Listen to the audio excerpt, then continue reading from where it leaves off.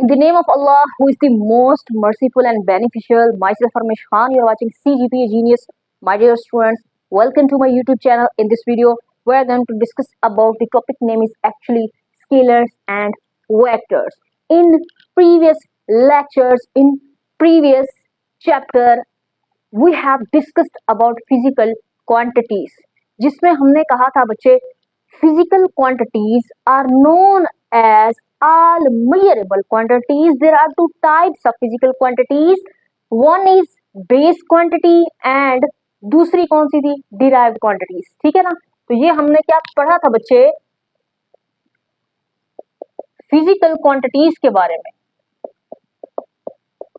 जिसमें हमने कहा था हमारे पास टू टाइप्स होती हैं फिजिकल क्वांटिटीज की, जिसमें हमने कहा था एक है हमारे पास बेस क्वांटिटीज, दूसरी है derived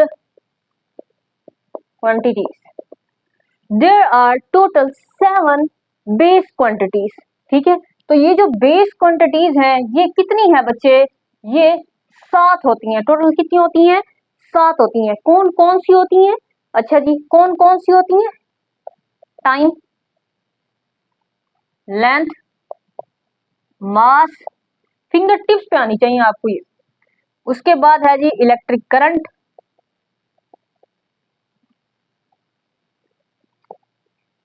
amount of a substance, intensity of light, temperature. कितनी हो गई हमारे पास? 1 2 3 4 5 6 और ये 7. तो बच्चे हम जो है ये पढ़ चुके हैं इतना फिजिकल क्वांटिटीज के बारे में. अब हमने मजीद ये देखना है कि हम ये कहेंगे कि जो फिजिकल क्वांटिटीज होती हैं वो या तो स्केलर हो सकती हैं या फिर वेक्टर क्वांटिटीज हो सकती हैं. ठीक है, तो हमने फिजिकल क्वांटिटीज को मजीद क्या कर दिया? डिवाइड कर दिया स्केलर क्वांटिटीज में एंड वेक्टर क्वांटिटीज में.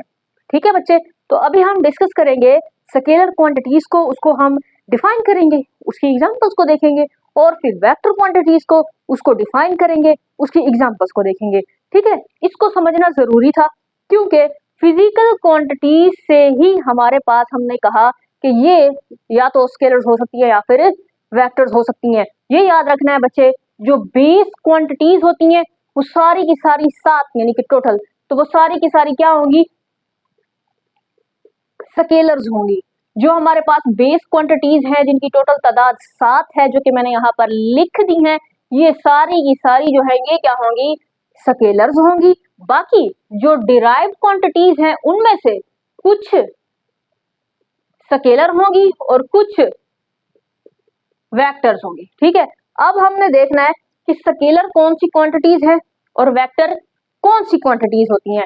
स्केलर क्वांटिटीज वो होती हैं जो कि कंप्लीटली डिस्क्राइब्ड हो जाती हैं सिर्फ और सिर्फ मैग्नीट्यूड से, और वेक्टर क्वांटिटीज ऐसी क्वांटिटीज होती हैं जिनमें मैग्नीट्यूड के साथ डायरेक्शन की जरूरत होती है.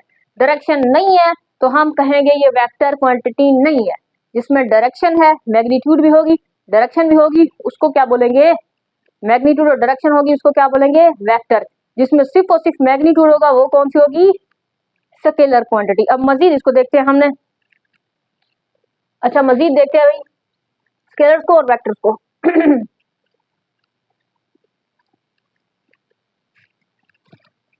तो बच्चे हमने जो है ना ये कहना है स्केलर वेक्टर्स. स्केलर्स के अंदर जो है ना बच्चे दो चीजें होंगी. एक है जी मैग्नीट्यूड, दूसरा यूनिट. वेक्टर्स के अंदर बच्चे 3 चीजें होंगी. एक होगी इसकी मैग्नीट्यूड, दूसरी होगी इसकी डायरेक्शन, ठीक है ना, फिजिकल क्वांटिटी, और तीसरा इसमें होगा यूनिट. ठीक है, हमने कहा है जो बेस क्वांटिटीज हैं जिसमें हमारे पास लेट्स सपोज के मास है इसको स्मॉल m से हम डिनोट करते हैं, ठीक है ना। तो ये मेरे पास क्या है, ये स्केलर है, क्योंकि इसमें सिर्फ और सिर्फ हमारे पास ये कंप्लीटली डिस्क्राइब हो जाएगी सिर्फ और सिर्फ मैग्नीट्यूड से, ठीक है ना। यूनिट जो है वो दोनों में आएगा, फिजिकल क्वांटिटीज है ना, यूनिट तो दोनों में आएगा, चाहे वो स्केलर है या फिर वेक्टर्स हैं। तो हमने ये कहना है कि भाई 25 केजी चावल है, ठीक है ना। चावलों का मास कितना है, 25 केजी। उसमें हमने ये कहा था, ये क्या है हमारे पास, न्यूमेरिकल मैग्नीट्यूड, ठीक है। ये हमारे पास क्या है, मैग्नीट्यूड है, ये क्या है हमारे पास, यूनिट है, ठीक है। तो अब हमें यह पता चल गया कि चावल है या चीनी है या किसी भी चीज का मास है वो कितनी है, 25 केजी है, हमें मतलब समझ आ गया है, ठीक है। इसी तरह से टाइम है, टाइम स्मॉल टी से डिनोट करेंगे। अब ये मेरे पास जो है ना 15 सेकेंड, सेकेंड क्या हो गया टाइम का यूनिट, 15 क्या हो गया इसकी मैग्नीट्यूड। तो ये जो है 15 सेकेंड, 15 सेकेंड मतलब आपको कितनी देर है, 15 सेकेंड देर है बस, 15 मिनट्स ओनली, या फिर सेकेंड या फिर मिनट्स, ठीक है। तो ये क्या हो गया हमारे पास, कंप्लीटली क्या होगी, ये डिस्क्राइब हो गई है, तो ये क्या होगी, स्केलर होगी, ठीक है ना। हाँ जी, तो इसी तरह से हमारे पास जो है, अब डिफाइन करते हैं, अब हम ना डिफाइन करते हैं स्केलर को और वेक्टर को डिफाइन करते हैं अच्छे से।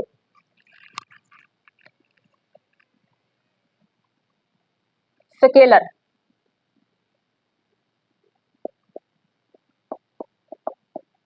स्केलर क्वांटिटीज आर दोज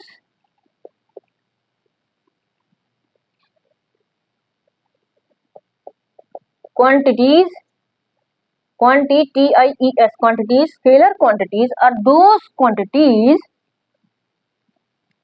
ठीक है जी, which are described, which are described completely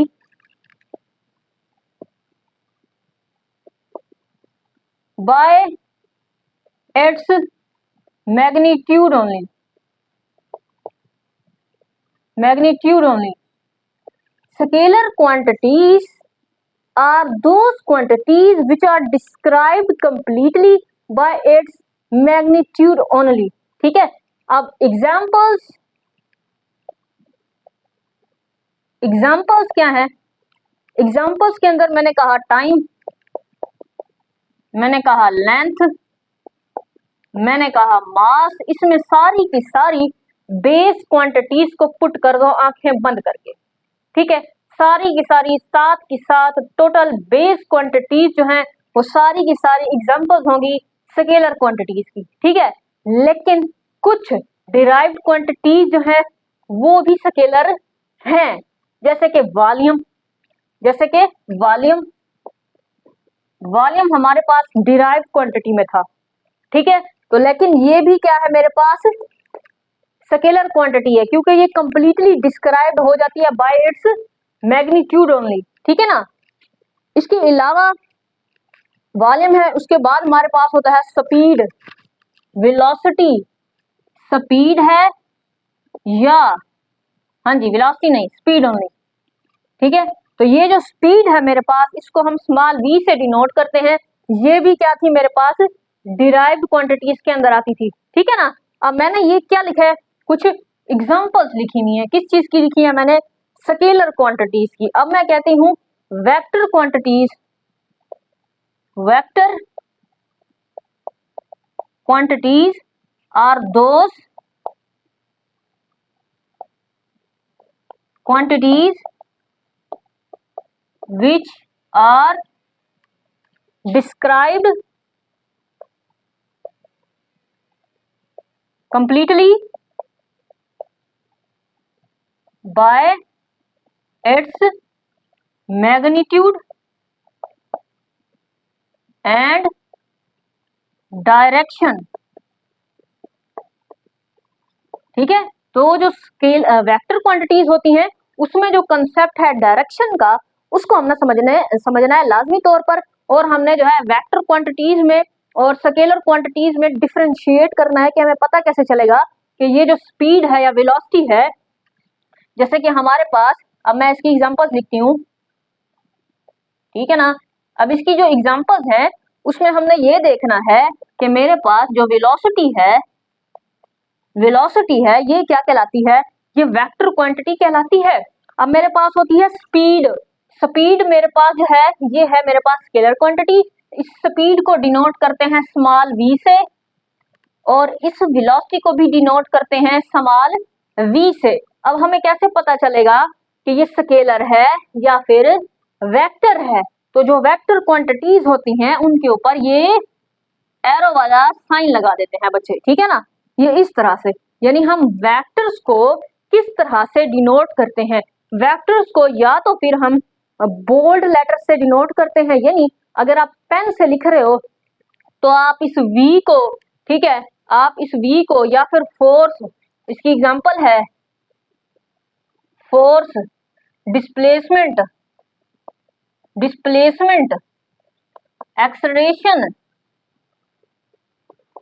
ये क्या है, एग्जांपल्स हैं वेक्टर क्वांटिटीज की। तो अगर आप पेन से लिख रहे हो तो आपने क्या करना है, मार्कर से लिख लेना है, यानी बोल्ड लेटर से हम डिनोट करते हैं, यानी v को बोल्ड लेटर से डिनोट करते हैं, v लिखोगे, फोर्स को f, एक्सेलरेशन a। लेकिन बच्चे या तो फिर हम इसको यूं डिनोट करते हैं, एरो का साइन लगा के, ये बोल्ड कर दो इनको और ये एरो का साइन लगा दो इस तरह से, या तो फिर हमारा और तरीका होता है इसके ऊपर यूं बार लगा के, ये वाला। तो इनसे पता चलता है कि ये जो है वेक्टर क्वांटिटीज हैं। लेकिन अक्सर बच्चे बुक के अंदर ये एरो वाला साइन होता है, वैसे बुक्स के अंदर जो है ये बोल्ड लेटर्स होते हैं, लेकिन आप लोगों ने ये जो तरीका है एरो वाला, ये जो है याद रखना है। कोई भी टेस्ट है, जब भी कुछ भी लिखना है आपने, तो आपने ये एरो का जो साइन है ये यूज करना है, वेक्टर्स के ऊपर जरूर लगाना है। अगर आप लोगों ने ये एरो का साइन जो है वो यूज नहीं किया होगा तो समझा जाएगा कि इसे तो पता ही नहीं है कि स्केलर क्वांटिटी है या वेक्टर क्वांटिटी है, इसने तो इसका साइन ही नहीं लगाया वेक्टर का। तो इसीलिए आपने ये एरो वाला जो साइन है ये यूज कर सकते हो, आप ये भी यूज कर सकते हो बार वाला, ठीक है। या आपने जो इसका साइन है, सिंबल है इसकी, ये जरूर आपने इसको लगाना होगा, ठीक है, ताकि आप डिफरेंशिएट कर सको कि वेक्टर क्वांटिटी कौन सी है और स्केलर क्वांटिटी कौन सी है। तो ये मैंने जो है स्केलर क्वांटिटीज को क्या क्या डिफाइन किया, इसकी आपको एग्जांपल्स बताई, फिर मैंने वेक्टर क्वांटिटीज को डिफाइन किया, फिर मैंने आप लोगों को इसकी जो है वो एग्जांपल्स बताई है, और फिर मैंने बताया कि इसको जो है किस तरह से हम लिखा करते हैं, इस तरह से हम डिनोट करते हैं, ठीक है ना, किसको, वेक्टर क्वांटिटीज को। क्लियर। और अब हम देखते हैं ग्राफिकल रिप्रेजेंटेशन किसकी, वेक्टर्स की। और वेक्टर क्वांटिटीज के अंदर जो इसका डायरेक्शन का जो कंसेप्ट है उसको देख लेते हैं जरा, ठीक है ना। हाँ जी, तो इसमें तो हमें पता चल जाता है कि हमारे पास टाइम इतना हो रहा है, लेंथ इतनी है किसी चीज की, मास इतनी है, वॉल्यूम इतनी है, पूरा मतलब हमें समझ आ जाता है, ठीक है ना।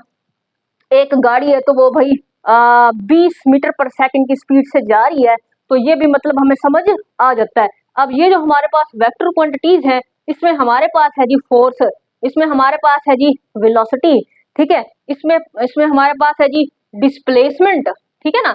डिस्प्लेसमेंट इसको इस तरह से डिनोट करते हैं स्मॉल डी से, ऊपर ये आप एरो हेड लगाओगे, ठीक है। हाँ जी, तो ये डिस्प्लेसमेंट है। तो इसका मतलब ये है कि अगर हम किसी चीज के ऊपर फोर्स लगा रहे हैं, तो फोर्स लगा रहे हो तो किस डायरेक्शन में फोर्स लगा रहे हो, कहां पर फोर्स लगा रहे हो, जब तक हम डायरेक्शन के बारे में नहीं बताएंगे हमें बात का मतलब पूरा अच्छे से समझ नहीं आएगा, ठीक है। तो vector quantities are those quantities which are described completely by its magnitude and direction, ठीक है ना। हाँ जी, अब ना हम देखते हैं ग्राफिकली रिप्रेजेंटेशन किस चीज की, वेक्टर्स की, और एक एग्जांपल के थ्रू भी इसको मजीद हम समझ लेते हैं वेक्टर्स को, जिसमें हम डायरेक्शन का जो है वो कंसेप्ट देते हैं, ठीक है। वेक्टर्स के अंदर मैग्नीट्यूड के साथ डायरेक्शन लाजमी है, ठीक है। हाँ, जैसे कि मैंने कहा कि भाई ये एक फोर्स जो है, फोर्स है, ठीक है, वो कितनी है, 20 न्यूटन, ठीक है। अब ये जो है मैंने कहा ये फोर्स कितनी है, 20 न्यूटन, ठीक है। अच्छा, तो ये यहां से न्यूटन से आपको पता चला यूनिट है, ये मैग्नीट्यूड है, ठीक है, ये फोर्स है। तो फोर्स जो है ये हमारे पास वेक्टर क्वांटिटी है, एरो हेड जरूर लगाएंगे, ठीक है ना, इस तरह से। अब ये यूनिट है, फोर्स का यूनिट क्या होता है, ऐसा यूनिट न्यूटन, ठीक है ना। हाँ जी, और ये मैग्नीट्यूड है, ये यूनिट है। लेकिन इस फोर्स को, जब भी हम इस फोर्स की बात करेंगे, इसके साथ इसकी डायरेक्शन की बात भी जरूर करेंगे। लेट्स सपोज के हमारे पास एक टेबल है, लेट्स सपोज के हमारे पास एक टेबल है, ठीक है।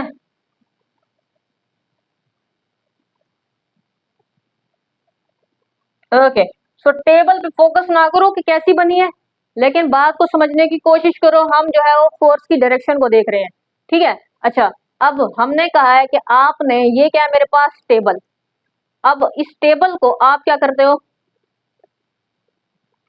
यहां से दोनों हाथों से पकड़ते हो ऐसे और खींचते हो, दोनों हाथों से पकड़ के ना ऐसे इस मेज को अपनी तरफ खींचते हो। तो इसका मतलब है आपने फोर्स लगाई है इस डायरेक्शन में, F1 और F2। आपने मेज को यहां से पकड़ के अपनी तरफ खींचा है, तो इसका मतलब है आपने फोर्स लगाई है इस डायरेक्शन में, ठीक है ना। हाँ जी, तो अब हमने फोर्स की बात की है, तो फोर्स की बात करेंगे, साथ में हमने इसकी डायरेक्शन की भी बात करनी है कि फोर्स जो लग रही है किस डायरेक्शन में लग रही है, ठीक है ना। तो ये हमने यूं पता चल रहा है कि ये जो है आपस में, ये जो दोनों फोर्सेस लग रही हैं F1 और F2, ये हैं सेम डायरेक्शन में, ये दोनों क्या है, सेम डायरेक्शन में है। अब अगर हम इनको अपोजिट डायरेक्शन में देखना चाहें, अब अगर हम इनको अपोजिट डायरेक्शन में देखना चाहें तो कैसे करेंगे, देखें। आपने यूं, आपने यहां से पकड़ा मेज को F1 और एक बंदे ने यहां से पकड़ना शुरू कर दिया F2, ठीक है।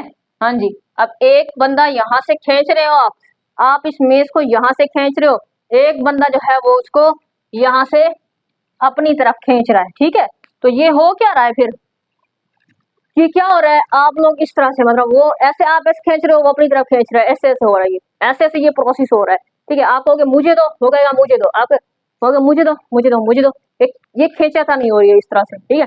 आप जो फोर्स लगा रहे हो वो क्या है, इस डायरेक्शन में है, वो जो बंदा लगा रहा है वो क्या है, वो उस डायरेक्शन में है। तो ये दोनों फोर्सेस क्या होंगे, एक दूसरे के अपोजिट, ठीक है। इसकी डायरेक्शन क्या है, इस तरफ है, इसकी डायरेक्शन क्या है, इस तरफ है। तो ये दोनों फोर्सेस क्या होंगी आपस में, अपोजिट,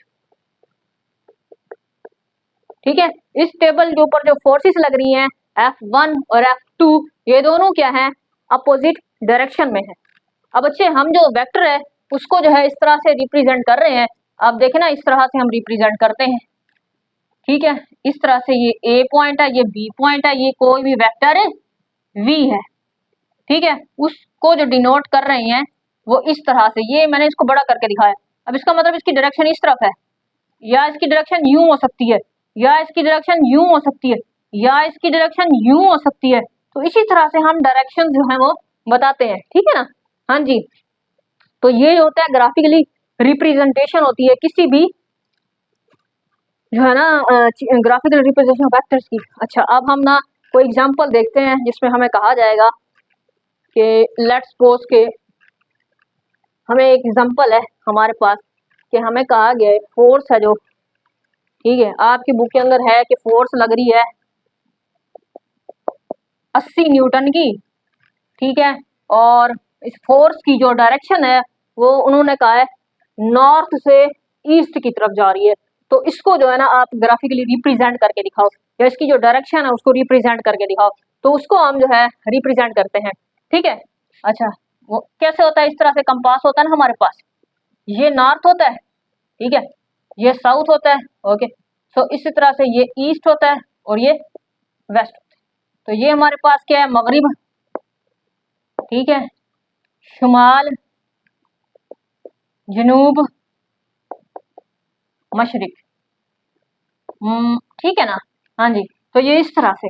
अब हमने क्या करना है, अब ये हमने इसको, इस फोर्स है ना 80 न्यूटन की, ये लग रही है नॉर्थ टू, नॉर्थ से ईस्ट, तो इसको हमने जो है वो ग्राफिकली किस तरह से रिप्रेजेंट करना है, ठीक है, इसको हमने ग्राफिकली किस तरह से रिप्रेजेंट करना है। तो अब हम बताएंगे कि जो डायरेक्शन है फोर्स की वो नॉर्थ से ईस्ट की तरफ जा रही है, ठीक है। तो मैंने बताया तो है किस तरह से होता है, इस तरह से ग्राफिकली रिप्रेजेंट करते हैं।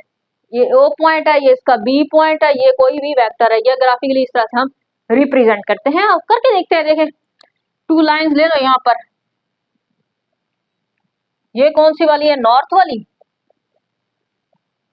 ये कौन सी वाली लिया मैंने, ये है जी हॉरिजॉन्टल लाइन और ये है जी वर्टिकल लाइन। तो ये जो हॉरिजॉन्टल है ये ईस्ट है,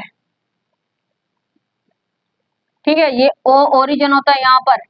और बच्चे हमने कहा है जो फोर्स है उसकी जो डायरेक्शन है नॉर्थ से ईस्ट की तरफ जा रही है उसको यूं शो करेंगे ऐसे।